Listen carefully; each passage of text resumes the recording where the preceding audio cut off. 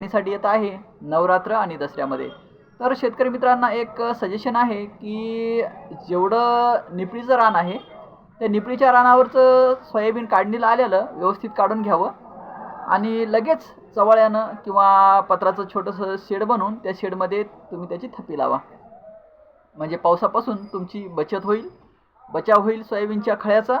आणि दुसरी गोष्ट, जर समजा पत्राचं शेड जर आपण मारू शकत नसेल तर निपळीच्या ठिकाणी किंवा उंच धुऱ्यावर आपल्या खाली चवळा आतरायचं, फारी आतरायची, त्यावर व्यवस्थित कापून ढिगं मारायचे आणि नंतर त्याला दाबून वरून पॅक चवाळं बांधून घ्यायचं. अशा पद्धतीनं तुम्ही सोयाबीनचं काढणीचं व्यवस्थापन करा, सोयाबीन हार्वेस्टिंग. आणि ज्या शेतकरी मित्रांचे रानं निपळीचे आहेत, म्हणजे थोडेसे खरकाट जमीन आहे आणि निचराची जमीन आहे, त्या जमिनीमध्ये काही प्रॉब्लेम नाही. त्या जमिनीमध्ये तुम्ही हार्वेस्टर पण घालू शकता.